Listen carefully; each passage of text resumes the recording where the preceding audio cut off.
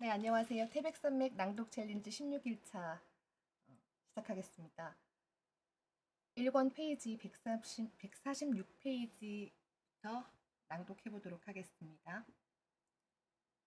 정화섭이 김보무 선생과 대면하고 앉은 것도 이때였다. 정화섭은 그 학교 좌익 서클의 핵심 인물이었다. 몇 차례 만난 다음부터 그는 김 선생을 기피하기 시작했다. 이론으로 당할 수가 없었고 그러다 보니 설득될 것 같은 두려움이 생겼던 것이다. 정화섭은 자신이 졸업반이 아니고 4학년만 되었더라도 자신의 마음을 장담할 수가 없었다. 김범우가 순천 역전 광장에서 몽둥이를 든 4명의 농업학교 학생들에게 둘러싸인 것은 7월의 어느 날 퇴근길이었다. 역에는 통학생들로 붐비고 있었고 그들이 하필이면 역전을 테러 장소로 잡은 것은 각 학교 학생들이 골고루 모였기 때문에 그 선전 효과를 위해서라는 걸 김범우는 직감적으로 깨달았다. 피할 수 없는 길이었다. 테러의 위험을 예상하고는 있었지만 이처럼 대담하리라고는 미처 짐작하지 못했었다. 그건 학생들의 저돌적인 정치의식이 낳은 쓰디쓴 비극이었다. 아직 20살이 못 되고 책을 들어야 할 손에 몽둥이를 들게 한 그 이념이라는 것에 그는 순간적으로 치를 떨었다. 왜들 일어나? 그는 경계를 게을리하지 않으며 엄하게 말했다. 요런 반동 새끼 몰라서 물어? 4명은 포위를 좁혀왔다. 나라가 없다는 이유로 연합군 동지 자격의 포로 취급을 받아야 했던 일순간 그의 전신을 차갑게 타고 내렸다. 아직도 나라는 세워지지 않은 채 남쪽과 북쪽은 서로 국적이 다른 군 정치하에 놓였는데 해가 저무는 조그만 역전 광장에서 20살이 못된 철부지들과 한바탕 결투를 벌여야 하는 자신의 신세가 너무 한심스러웠다. 첩보 훈련에서 익힌 무술을 기껏 이런 데서 쓰다니. 그러나 콧대는 꺾을 필요가 있었다. 이번 사건이 결정적 계기가 될 것이었다. 그때 휙 몽둥이가 날아들었다. 거의 동시에 그의 발이 허공을 갈랐다. 앞뒤로 몽둥이가 날아들고 그의 팔과 다리는 무서운 속력으로 상대방의 급소를 가격하고 있었다. 단 일격씩만을 맞고 상대방들은 나둥그러졌고 더는 일어나지 못했다. 그는 수치심을 견딜 수 없어 땅바닥을 내려다본 채 땀을 닦고 있는데 그때서야 에워싼 학생들을 해치며 순경들이 나타났다. 요런 빨갱이 새끼들 선생님도 몰라보고 잘 걸렸다. 순경들이 쓰러진 학생들의 덜미를 잡았다. 그들이 말하는 것으로 보아 어느 학생이 그들을 불러온 모양이었다. 그대로 두시오. 이 애들은 학생이지 빨갱이가 아니오. 내가 알아서 하겠소. 김범우는 순경들을 제지했다. 이 사건으로 김범우 선생이란 존재는 순천 벌교 바닥은 말할 것도 없고 여수에까지 알려지게 되었다. 몽둥이 휘두르며 덤비는 4사람을 거뜬히 물리친 무용담도 무용담이었지만 학생들을 더욱 감동시킨 것은 그 4학생을 극구 견호해서 경찰서에서 빼낸 것이었다. 그 일처리로 하여 좌익 학생들도 더 이상 적대감을 가질 수가 없게 되었다. 김범우 선생은 좌익에 물든 학생들을 설득하는 일을 멈추지 않았고 극렬한 행동을 하다가 경찰서에 붙들려 들어간 학생들을 석방시키기 위해 학교의 구분을 두지 않고 노력했다. 좌익 조직에서 보면 그는 확실히 눈엣 가시였지만 그렇다고 증오스러운 적도 아니었다. 여름방학 동안에 여수 만성리 해수욕장에서 2명의 학생을 구해냄으로써 김범호 선생의 신화는 극에 달했다. 100여 명의 학생들이 단체 하계 수련 중이었는데 2학생이 수영 실력을 뽐내다가 물살에 휩쓸린 것이다. 해변은 갑자기 아우성으로 들뜨다가 순식간에 얼어붙었다. 그때 김범우가 물속으로 뛰어든 것이다. 파고 4, 5미터의 바다에 내던져져 발로만 몸을 지탱시키며 4명 한 개조가 고무보트를 조립해서 500미터 전방의 해변까지 상륙해야 하는 첩보 훈련을 받은 김범우로서는 파도도 별로 없는 바다에서 조난자 2명을 구출한다는 것은 별 문제가 아니었던 것이다. 정화섭이 김범우 선생의 난처한 영향권을 완전히 벗어난 것은 졸업과 함께였다. 서울로 유학을 하게 되면서 자연스럽게 이루어진 해방이었다. 정화섭은 그분과의 공간적 거리를 멀리 유지하게 된 것을 분명 해방이라고 느꼈던 것이다. 그분의 논리 앞에서 자신의 의식이 구속감을 벗어날 수 없었던 것은 말할 것도 없고 그의 마음은 그분이 지닌 인간적 매력에 한사코 끌려가려 했던 것이다. 불필요한 말은 거의 하지 않는 무게감, 세상의 이치를 훤히 아는 것 같은 해박함, 그 누구도 무시하지 않을 것 같은 겸손함, 거의 노출시키지 않으면서 진행해가는 꾸준한 행동성. 그러나 그분의 절대적 매력은 이런 모든 것들이 모아져 이루어진 것 같은 그 어딘지 우울한 듯하기도 하고 쓸쓸한 듯하기도 한 범접하기 어려운 사색적이고도 지성적인 분위기였다. 김보무 선생을 생각하는 정화섭의 의식 속에는 거의 자동적으로 염상진 위원장이 대칭으로 자리 잡곤 했다.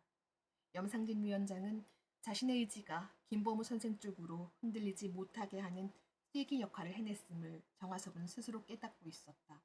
그 깨달음이 자기 자신에게 부끄러움이 되었고 염상진 위원장에게는 죄의식이 되었다. 염상진 위원장이 옆을 지켜주지 않았더라도 자신의 의지는 추호도 주춤거리지 말았어야 했다. 다른 동무들처럼 김보무 선생을 가차없이 반동으로 몰아칠 수 있어야 했다. 그런데 그 누구 앞에서나 태연을 가장했을 뿐 속으로는 김보무 선생의 말에 대해서도 당위성을 인정하고 있었다. 정화섭은 그런 스스로가 싫었다. 그런 양면성과 이중구조를 가진 자신의 의식이 싫었다. 그건 사상무장이나 나약이나 혁명의지의 박약이나 실천 용기의 빈약으로 찍힐 요소였다. 다른 학생들처럼 단순해지고 싶었다.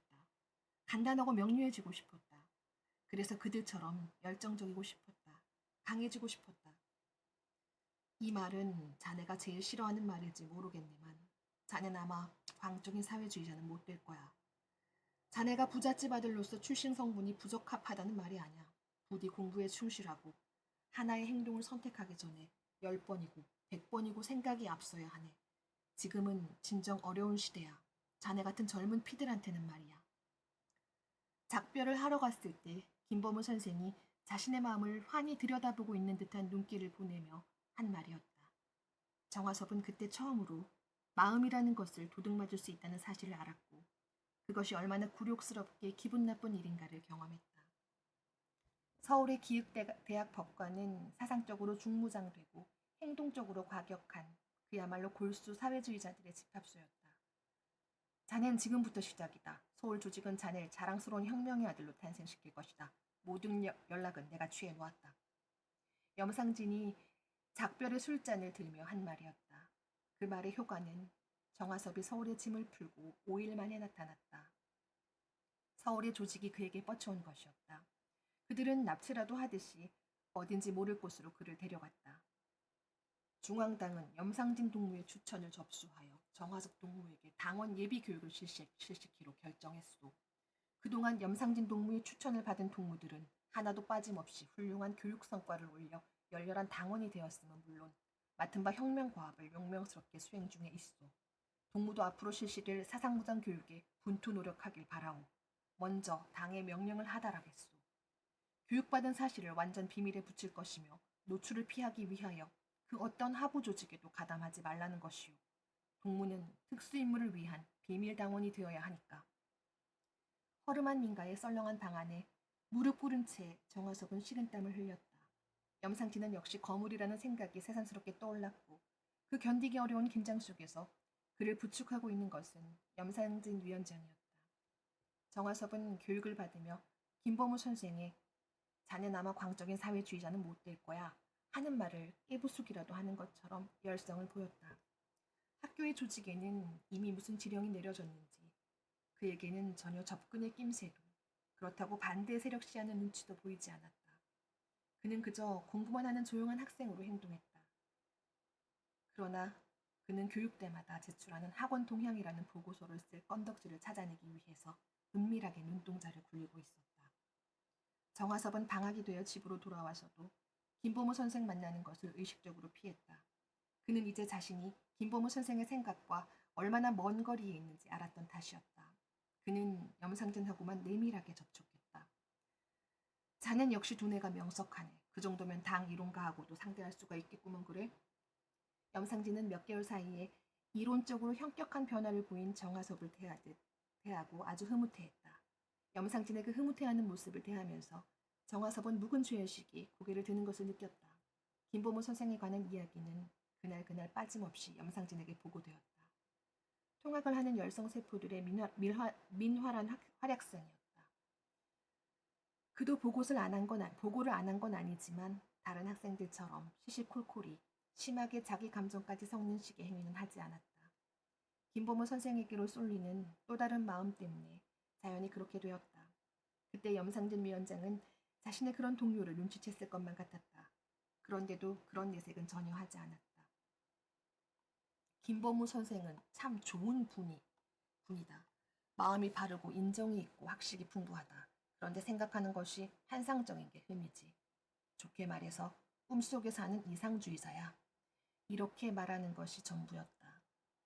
정화섭은 인간 김보무와 염상진을 저울질해 본 것이 한두 번이 아니었다. 그러나 저울 눈금은 언제나 수평이었다. 비슷하게 큰 키에 염상진의 인물도 기울지 않았다. 염상진도 마음 씀씀이 컸고 치밀하고 침착했고 아는 것이 많으면서도 남의 이야기를 귀담아 들어주었다. 그런데 편하게 다른 점이 있다면 그 분위기였다. 김보무가 사색적이고 지성적이라면 염상진은 야성적이고 행동적이었다. 이것은 서로 다른 개성일 뿐 저울 눈금을 움직이게 하는 무게에는 아무런 영향을 미치지 못했다. 정화섭이 마른 볕단에 불붙듯 사회주의에 빠져들기 시작한 것은 염상진에 의해서였다. 좀 더 순서를 잡아 말하자면 염상진을 접하기 전에 벌써 당 의정을 빨듯 책방 주인 문기수를 통해서 초벌구인은 되어 있었다. 정화섭은 책방집 딸 정림이에게 정신이 팔려 뻔질하게 책방을 드나들었고 별로 필요하지도 않은 책을 사들고 나오고는 했다. 주인 문기수는 그 눈치를 어렵지 않게 챌 수가 있었다. 한다 하는 부잣집 아들이 자기 딸을 좋아한다는 것이 문기수로서는 기분 괜찮은 일이었고 족보로나 재력으로나 비교도 안 되는 처지였지만 그물에 제발로 든 고기를 놓치기는 아깝다는 욕심이 동했고 목적을 달성하자면 있는 집 자식의 장난기일지도 모르니까 정신부터 뜯어고치자 작정했던 것이다. 그래서 전과 다른 친절을 보이고 쓰는 사회주의를 딸년의 눈웃음에 버무려 먹이기 시작했다. 그러다가 문기수는 자기의 힘으로는 벅찬 단계에 이르자 사상적 연관을 맺고 있는 염상진에게 넘긴 것이다. 그 즈음 정화섭은 심한 정신적 갈등을 겪고 있었다. 앞뒤를 분간하지 않는 아버지의 지나친 치부욕 때문이었다. 해방이 되면서 어느 곳에나 다 그랬듯 벌교 읍내도 일본인 재산을 서로 차지하려고 일대 소란이 벌어졌다. 아버지가 바로 그 선봉장이 된 것이다. 아버지는 땅 짚고 헤엄치기 장사인 하나뿐인 양조장에 눈독 들였고 그것을 소나기에 넣기 위해 참으로 놀랄만한 짓을 한 것이었다. 어차피 빈손 들고 쫓겨나야 할 일본 주인을 상대로 아버지는 신속한 행정을 한 것이다. 어수선하게 며칠이 지나는 동안 양조장의 소유권은 은밀하고도 합법적으로 아버지에게 넘겨졌고 일본인들이 떼지어 중도 방죽을 지나 선수머리 선창에서 떠난 다음에야 그 사실은 밝혀졌다. 아버지는 우습지도 않게 선창까지 배용을 나가는 어리석음을 범했는데 나중에 소문에 의하면 그건 배용이 아니라 양조장 소유권을 넘겨받으며 일본 주인에게 준 금덩이를 무사히 가져갈 수 있도록 호의를 해준 것이라고 했다. 아버지는 은밀하게 일을 처리한다고는 했는지는 모르겠지만 한번 부풀기 시작한 소문의 힘은 막을 길이 없었다. 읍내에 입 달린 사람이라면 하나같이 아버지를 비난하고 욕했다. 그런데 아버지는 뻔뻔스러울 만큼 당당한 태도로 양조장 사장 행세를 했다. 정화섭은 부끄러움으로 얼굴을 들 수가 없었다. 학교를 가는 것마저 싫어졌다. 아버지의 더러운 치부욕에 환멸을 느꼈고 그 뻔뻔스러운 태도가 증오스러웠다. 아버지는 아무런 노력 없이 선대로부터 물려받은 전답재산만으로도 읍내에서 꼽히는 부자축에 들었다.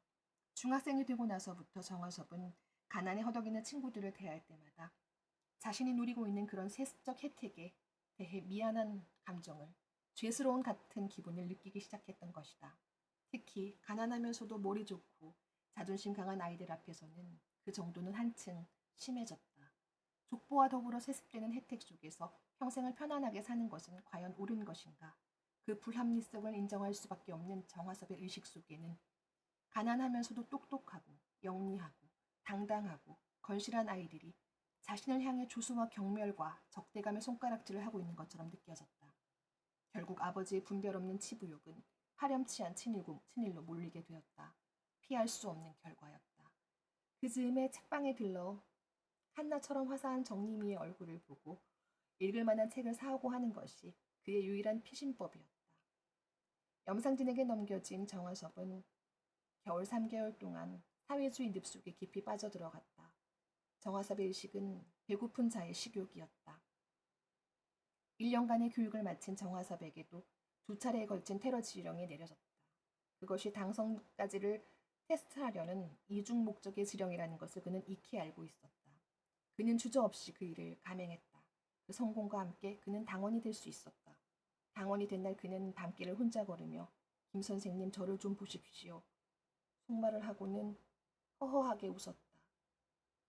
그때 염상진은 공산당 활동 불법화로 체포되어 징역을 살고 있었다. 정동무 마침 때가 왔소. 동무는 순천지구로 내려가 혁명의 주체로 암약하라는 당의 명령이오. 장도를 축하하오. 당의 명령 앞에 학업 같은 것은 문제가 아니었다. 그날로 순천을 향해서 야간 열차를 탄 것이다. 기차는 순천역까지 갈 수가 없었다. 순천에서 밀려난 경찰들에 의해서 외곽 지역이 봉쇄되고 있었던 것이다. 그러한 조처가 그의 발길을 막을 수는 없었다. 아무리 교통 통제를 엄중히 한다고 해도 산길은 얼마든지 비어 있었던 것이다. 적의 반격은 의외로 신속했다. 23일 아침부터 중심가를 향해 무차별 비행기 폭격을 감행하는 것으로 반격을 개시했다. 지상군에 앞서 비행기 폭격이 감행되고 있는 것은 미군의 본격적인 출동을 의미했다. 무고한 인민들의 희생을 줄이기 위해서는 읍내 전투를 피해 병력을 외곽으로 분산시키자는 결정이 내려졌다. 병력 분산은 신속하게 이루어졌고 적들은 아무런 저항을 받지 않고 순천 읍내로 진입했다. 이틀 동안 적을 외곽으로 유인해내기 위한 전투를 벌이는 동시에 여수 쪽의 상황 변화에 대처하고 있었다. 여수 앞바다에는 미군 함정이 떠서 읍내 중심가를 향해 또한 무차별 포격을 가하고 있었다. 여수에서도 같은 결정을 내릴 수밖에 없었다. 26일 밤을 기하여 모든 병력을 순천 외곽으로 이동시켰다. 그리고 백운산을 거점으로 하는 부대 편성과 이동이 구체화되었다. 그것은 투쟁의 장기화를 위한 작전 수립이었다. 따라서 투쟁 지역을 지리산과 그 주변으로 확대시켜 기존 지방 조직들과 공동 투쟁을 전개한다는 목적이 포함되어 있었다.